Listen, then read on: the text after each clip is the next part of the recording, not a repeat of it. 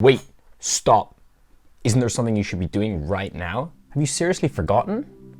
Don't mess me around, come on, we all have something. And I don't mean sending that email or taking out the bins or making dinner tonight. Think bigger than that. My name is Callum and this is SciRise. That's not important right now. Did you know that 83% of older adults have some kind of significant life regret? This is according to a study by the National Association of Area Agencies on Aging, who looked at just over 1,000 American adults, most of which were over the age of 60, and found for every 100 people they looked at, 83 had some kind of significant life regret, while only 17% said they didn't. Let's look at another example. The Remember a Charity organization in the UK did a study that looked at over 2,000 British adults, again looking at the kind of regrets they had so far, and they found that 40 out of every 100 people they looked at, in a much wider age range, had some kind of significant regret about the way their life had gone up until this point. And some of the most major regrets we saw were things like, I wish I'd spent less time at work, I wish I'd gone traveling more.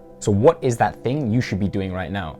What is that thing, like some of the people in these studies, you might regret in 30 years from now? Maybe, like them, you need to book that trip away and just go travel the world. Maybe you need to quit your job or your degree and change what you study and do something completely different. Maybe you're an artist that just needs to give it your all, or you want to hit the gym and start losing weight or gain muscle. But what's been stopping you from doing that? Because you want to do it, right? But before we look more into this, let's look at what are the areas people end up regretting most later in life. In order to try and answer this question, a meta-analysis study looked at the combined results of 9 separate studies in combination. Now, across all these studies, they had over 3,000 participants who gave the researchers over 4,000 distinct things they regretted in their life so far. Now, what the researchers did was they took all of these regrets and grouped them into categories, such as regrets related to family life or regrets related to my career choice. They then looked at how many of these 4,000 regrets from 3,000 different people fell into each category. And now comparing these allowed the researchers to find out what area do we end up regretting the most in our lives. In total, there was 12 categories that these regrets were grouped into. And we're gonna start with number 12, the least common category of regret, and finish with number 1, the most popular. I can't wait. Let's get started. I've got that in front of me here. So let's start with number 12. Number 12 was community, with a total of 0.95% of responses. An example of this could be, I wish I'd helped my neighbor Tommy take out his bins more often. Number 11 is spirituality with 1.33%. I wish I'd found God sooner in my life. Number 10 is friends with 1.44%. That guy, Tim, at university was a great guy. I wish I'd sent him an email and kept in touch with him. Email. Number 9 is health with 1.47%. I should have eaten my greens as a child, like my mom told me, because I could have been a bit taller now. Number 8 is family with 2.25%. I wish I'd spent more time with little Bobby when he was a sweet little baby, because now he's a big, hairy grown man and it's just not the same anymore. 7 is finance with 2.52%. I wish I'd saved more money when I was younger, because I could have been rich now. Next is number 6 with leisure, 2.55%. I wish I'd followed my hobby of axe throwing when I was younger, because now I've just worked so much and I never get those days back. Number 5 is self with 5.47%. An example of this could be, I wish I'd learned Tibetan throat singing or something so I can be multilingual. Number 4, parenting, similar to the other one, but this one is specifically, I wish I'd taught my children better manners, like please and thank you when they were younger. 10%. And now we're getting into the top 3 here. So this is really where the massive percentages of regret falls into these 3 categories. Start with number 3 is romance. I wish I had married Susie instead of Suzanne. 15%. Number 2 is career with 22%. I wish I'd quit my job and started my business when I had the chance. Damn. And can you guess what number 1 is?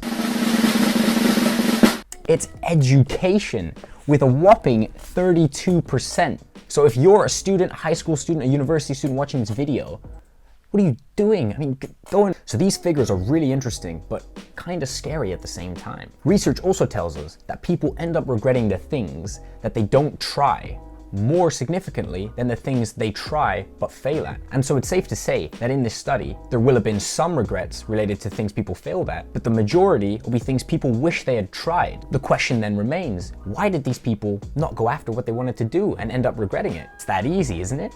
How could they just let life pass them by? We wouldn't let our goals just slip by the wayside, would we? Well, I wouldn't be so sure.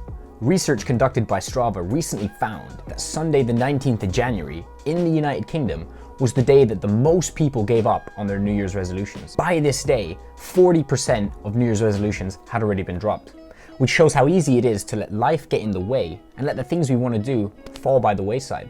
And this also explains where all these regrets come from. Let's take these stats and try to visualize them. Now, the United Kingdom has a population of about just over 66 million people. Now, 21% of Brits admitted to making a New Year's resolution coming into 2020. So this gives us about 14 million New Year's resolutions in total. According to this study, by Quitter's Day, over 5.5 million people had already given up on their New Year's resolution. This is only after 19 days. Only 19 days. So why is any of this relevant? Am I just trying to scare you? Am I the asshole on the internet trying to make you feel bad? Well, that's exactly what I'm trying to do. What is that thing you should be doing right now? Use these statistics on regret to remind yourself of all the people that let the opportunity slip up. Remember all the people dropping everything on Quitter's Day and use it as motivation to keep going. There's so many people that would love to be in your position and have the opportunity you have right now. So remember that. I dare you to take the most insignificant, useless, pointless step towards your goal. If you were to tell all your friends and colleagues, they would all go, they wouldn't even reply to you because it would be so pointless and useless, they wouldn't even care. For example, you want to start working out. I dare you to put your workout clothes on, get in the car, drive to the gym, walk in and walk straight back out for a week. You want to start saving money. I dare you to save £1 a week, $1, €1 a week. If you want to start writing a novel, open up your laptop, write 1 sentence a week. Sometimes you just need to start small. And so I decided I was going to put that to the test for myself. Over the next 6 weeks, I tested how consistent I could be in executing 4 different habits. These 4 habits were resistance training. Yes, gyms may have been closed due to the pandemic, but I wasn't going to let this stop me. Writing lyrics. I may not be hard enough to make it in the rap game, but I was determined to let the world hear my poetry. I'd always wanted to be one of those runners effortlessly gliding along the concrete, so I laced up my boots and got after it. Studying. In this case, I was studying a language. These 4 habits will be split into 2 groups. For the first 3 weeks, I will be resistance training and writing lyrics. For the second 3 weeks, I will be running and studying, but I'm going to approach both 3-week periods in different ways and compare how consistent I can be. Over the first 3-week period, I vowed to work out and write lyrics on alternating days for a minimum of 40 minutes.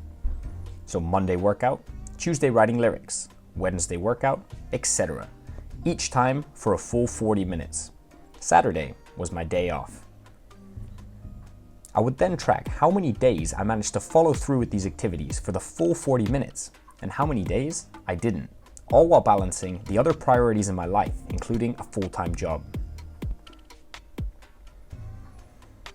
I was hugely excited to get stuck in. I mean, why waste any time doing short, easy workouts? I wanted to be a real man and get stuck in. I was confident I could top the 40 minutes and maybe do some more some days. Let's look at how I did in just a minute. Over the second 3-week period, I did exactly the same thing, but this time, the habits were running and practicing a second language instead. So, Monday language, Tuesday running, Wednesday language, etc. Saturday was my day off. As before, I tracked the days I was successful and the days I was not.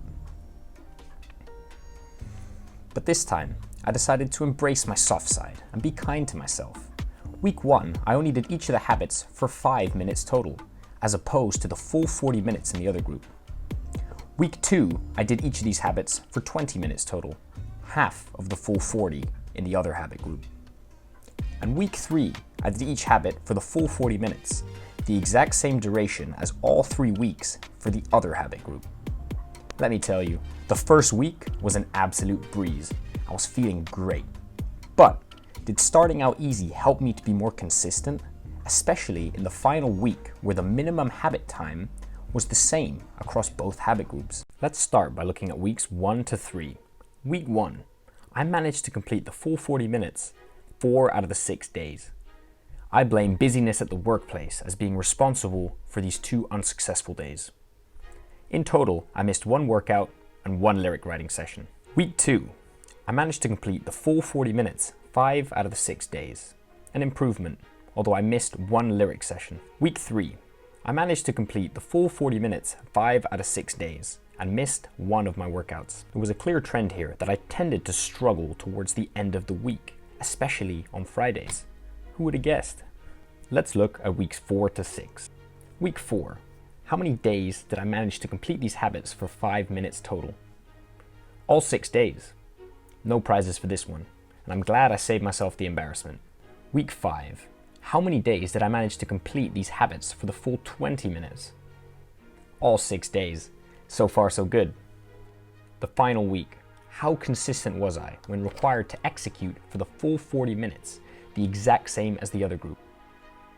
All 6 days. I was proud of myself, even if it was only over a 3-week period.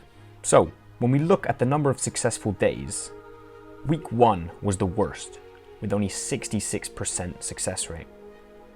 Weeks 2 and 3 both came in at 83%, compared with a straight 100% success rate for weeks 4, weeks 5, and week 6. So what does this study conclude? Well, number 1, it helped me to go out and make a start on some of the habits I've been meaning to integrate in my life for a while, which is crucially important. Number 2, starting with just 5 minutes with small insignificant action helped me to be more consistent, both in the 5-minute weeks, but also in the 40-minute weeks later on.